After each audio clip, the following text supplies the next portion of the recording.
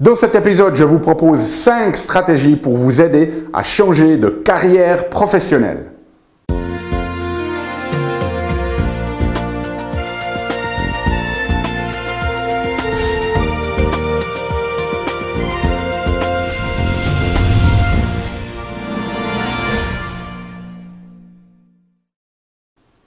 Parce que la vie est bien trop magique pour être petite et que nous avons tous besoin d'une prescription pour grandir en conscience et faire que nos rêves dévorent notre vie. Bonjour, je suis le Dr Yannick Pauly. Bienvenue à un nouvel épisode du Grande Vie où chaque semaine, je vous propose de découvrir des stratégies pratiques pour grandir en conscience, qu'elle soit d'ordre physique, émotionnel, psychologique ou spirituel, parce que c'est cette conscience qui est au cœur d'une vie pleinement vécue et de notre évolution en tant qu'être humain. Alors, cette semaine, nous allons parler de changement de carrière professionnelle et je vais vous donner 5 stratégies pour vous aider dans votre démarche si vous êtes dans cette dynamique.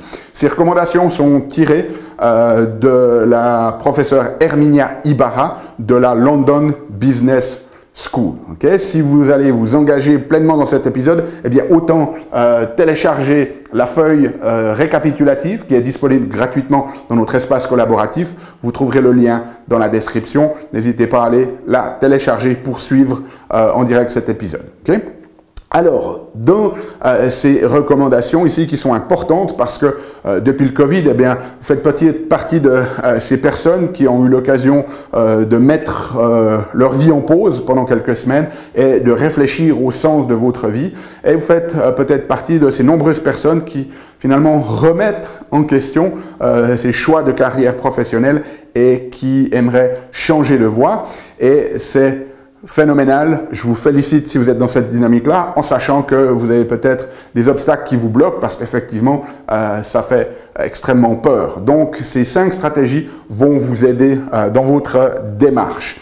La première des stratégies proposées par la professeure Ibarra, c'est d'agir. Okay?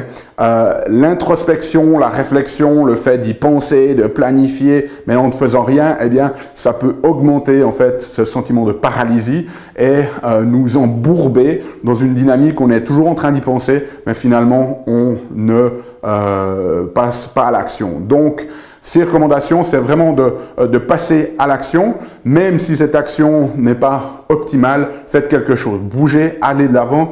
La prise de conscience, la connaissance de soi, elle passe aussi au travers de l'action et de l'observation de nos propres comportements dans l'action. Donc ça, c'est vraiment important. Le principe ici, c'est voilà, testez et apprenez. Donnez-vous la possibilité d'essayer plusieurs choses. Okay? Ce qu'elle recommande à Dr Ibarra, c'est par exemple ne pas passer des heures et des heures à cogiter à cette introspection, de dire mais à quoi je suis destiné, quel est mon but dans la vie, même si c'est important de le connaître. Mais l'idée ici, c'est de se dire voilà, j'ai plusieurs options, il y a plusieurs versions de moi possibles et finalement, quelle version j'ai envie d'explorer en ce moment. Donc, donnez-vous la possibilité de faire des petits tests, des petites expériences comme ça, sans vraiment nécessairement vous engager pleinement dans une voie pour voir ce qui vous convient, pour voir ce qui vous plaît.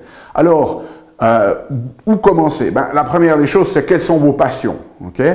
Quelles sont vos passions? Et puis, une fois que vous avez une idée un petit peu de ce qui vous drive, hein, de ce moteur, de ce qui vous passionne, de ce qui vous fait vous lever avec enthousiasme le matin, eh bien, c'est de faire des petites expériences sans engagement. Par exemple, vous pouvez simplement imaginer que vous êtes passionné de photographie et que vous pensez à vous lancer en tant que photographe. Eh bien, une des choses que vous pouvez faire pour passer à l'action au lieu de juste cogiter comme ça, c'est de prendre contact avec quelqu'un qui vit de la photographie et puis de demander à pouvoir l'interviewer ou parler avec lui, hein, passer une heure ou un moment pour voir un petit peu comment c'est sa journée, pour pouvoir parler avec lui et puis avoir son aperçu de ce qu'il aime, des contraintes, etc. Donc ça, c'est un premier moyen. La deuxième chose que vous pouvez faire, c'est par exemple, imaginez que vous aimez travailler avec les animaux et les chevaux, eh bien ce que vous pouvez faire, c'est potentiellement passer vos week-ends ou une journée du week-end à vous engager dans une voie où vous allez être en contact avec les chevaux, par exemple d'aller proposer vos services volontairement un jour par semaine, le week-end, dans ces conditions qui pourraient être votre nouvelle carrière professionnelle. Okay? Donc n'hésitez pas à prendre du temps, si vous voulez, pardon, sur votre temps libre pour faire l'expérience de ce que serait votre nouvelle voie.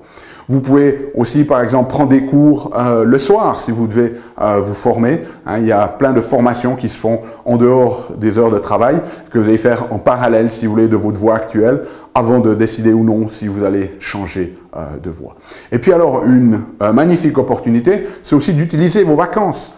Pour ça. Par exemple, moi, il y a quelques années, on publiait passablement d'informations sur le traitement naturel des enfants dans le monde anglophone.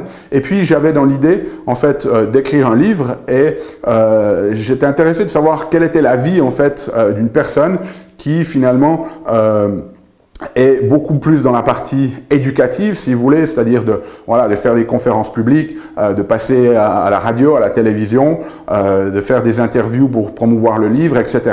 Et donc, c'était un petit peu l'illusion que j'avais. Hein, ça serait une carrière qui potentiellement, excusez-moi, m'intéresse. Et donc, ce que l'on a fait, c'est qu'on a pris un mois de vacances et nous sommes allés aux États-Unis et on s'est donné l'opportunité de vivre cette vie-là en passant d'une ville à l'autre, en donnant l'occasion de donner des interviews à la télévision, etc.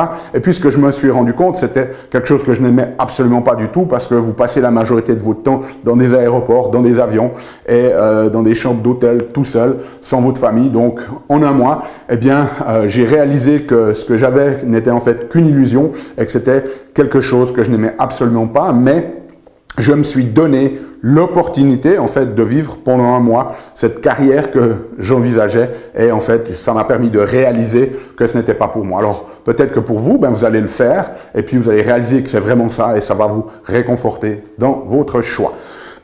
Excusez-moi. Ensuite, deuxième stratégie recommandée par la professeure Ibarra, c'est de vous accrocher. Okay? Dès le moment où vous allez commencer quelque chose de nouveau, eh bien, ça va être difficile. Il va y avoir de la confusion au début. Hein, quand on commence une nouvelle compétence, on ne l'a pas, donc c'est toujours difficile. On a l'impression d'avoir deux mains gauches. Donc, ne soyez pas dans l'illusion que tout va se faire simplement. Attendez-vous à ce que le temps va être houleux. Et si vous vous préparez psychologiquement à ça, ça va être beaucoup plus facile à naviguer. Prenez ces difficultés comme un apprentissage, ok? Et puis prenez-les aussi comme une manière un petit peu de vous dépoussiérer, hein, de secouer un peu l'image calcifiée que vous avez de vous-même et envisagez cette notion de nouveauté en fait comme une forme de rajeunissement pour vous. Okay? Et très important, quand les temps deviennent un petit peu chaotiques comme ça, parce que vous êtes dans la nouveauté, vous êtes un petit peu dans l'inconnu, eh bien, c'est d'avoir une notion que vous progressez. Alors, comment vous pouvez savoir que vous progressez? Eh bien, c'est de comparer, en fait, comment vous questionnez en fait vos valeurs. Hein. Dans votre carrière actuelle, vous avez un certain nombre de valeurs, de manières de faire les choses. Et puis, si lors de vos explorations, de vos expériences, vous commencez de vous rendre compte que vous commencez de questionner certaines de ces valeurs, comme vous l'avez fait peut-être pendant cette période Covid, eh bien, vous savez que c'est déjà un signe que vous êtes en train de progresser. Et puis surtout, comme ça va être difficile, comme vous allez être un peu dans la tourmente momentanément au début, eh bien autant choisir quelque chose qui vous passionne, qui vous plaît, hein, parce que si vous devez traverser cette tempête, eh bien autant le faire pour quelque chose que vous avez vraiment envie de faire. Ensuite, troisième stratégie recommandée, c'est de vous entourer. Okay?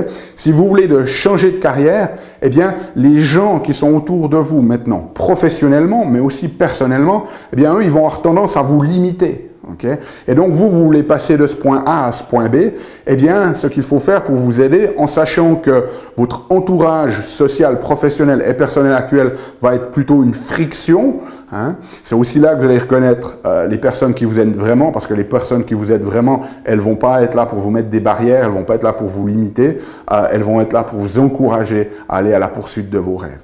Mais pour vous aider à passer au-delà de cette friction, eh bien, c'est important de vous entourer avec finalement des gens qui seront dans votre nouvel entourage potentiel. Hein. Si vous êtes actuellement dans la carrière A et que vous êtes entouré d'un cercle social A, eh bien, et que vous voulez aller à B, eh bien, commencez de vous entourer de ces personnes qui sont dans ce domaine-là. Et ça, c'est très important, c'est-à-dire de se créer cette nouvelle communauté.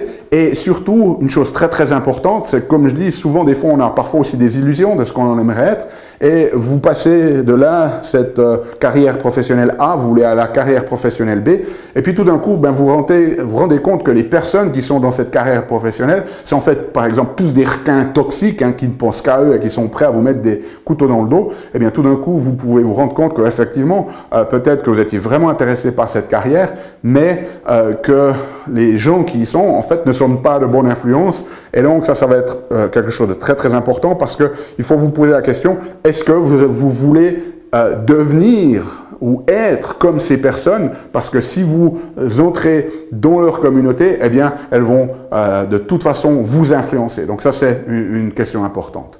Et l'autre aspect, eh bien, c'est de trouver un mentor, hein, quelqu'un qui fait déjà ce que vous aimeriez faire et de lui demander s'il peut vous aider dans ce accompagnement. Et là, il y a aussi deux questions essentielles à se poser. C'est tout d'abord, est-ce que vous voulez être comme cette personne? Parce que peut-être que vous vous rendez compte que dans sa carrière professionnelle, elle est extrêmement de réussite, mais qu'en parallèle, vous voyez qu'elle n'a plus de vie sociale, plus de vie familiale, parce qu'elle doit être complètement dédiée à ce travail-là pour pouvoir rester au top de sa réussite. Et puis, l'autre aspect aussi, c'est est-ce que vous pouvez être comme cette personne-là? Si tout d'un coup, vous voulez changer de carrière, et vous vous rendez compte que peut-être, voilà, vous étiez dans l'informatique à Paris et que vous voulez ouvrir une chambre d'hôte dans un endroit de campagne en France, et que vous trouvez quelqu'un qui a fait ça et que vous allez le suivre, et que vous êtes capable de travailler pleinement 8 heures, et qu'après vous n'avez plus d'énergie et vous avez besoin de faire autre chose pour vous ressourcer, et que vous vous rendez compte qu'en fait, les personnes qui tiennent ces chambres d'hôtes, eh bien, elles sont debout le matin depuis 5 heures pour préparer le petit déjeuner, et puis elles vont pas se coucher avant 1 heure ou 2 heures du matin, eh bien, vous réalisez que vous ne pouvez juste pas tenir le rythme, et ça, c'est des informations aussi importantes. Ensuite, quatrième stratégie, c'est une fois que vous êtes conforté dans votre choix de carrière, eh bien, commencez de réécrire votre histoire, votre identité professionnelle, c'est-à-dire commencez de vous parler à vous-même, d'agir dans le présent comme si vous étiez déjà en train de réaliser cette nouvelle voie professionnelle. Donc, changez votre identité sur la base de votre identité future et commencez de l'intégrer dans la vie de tous les jours. Et puis finalement, cinquième stratégie, eh bien, c'est créer un espace, c'est-à-dire qu'une fois que vous êtes passé au travers de tout ce processus, où vous avez commencé d'agir, où vous avez commencé de vous projeter dans cette notion que voilà, il va falloir vous accrocher, que vous avez commencé de faire ces expériences tests, si vous voulez, et que vous êtes commencé de vous être entouré de ces autres personnes, ben, donnez-vous un moment, un espace pour laisser tout cela incuber, pour laisser tout cela intégrer. Prenez des vacances, partez en retraite de 2 jours sur un week-end, sur une retraite de silence, pardon, ou dans la campagne, peu importe, mais donnez-vous, sortez de votre vie typique pour laisser ça intégrer, pour vous permettre de faire votre choix.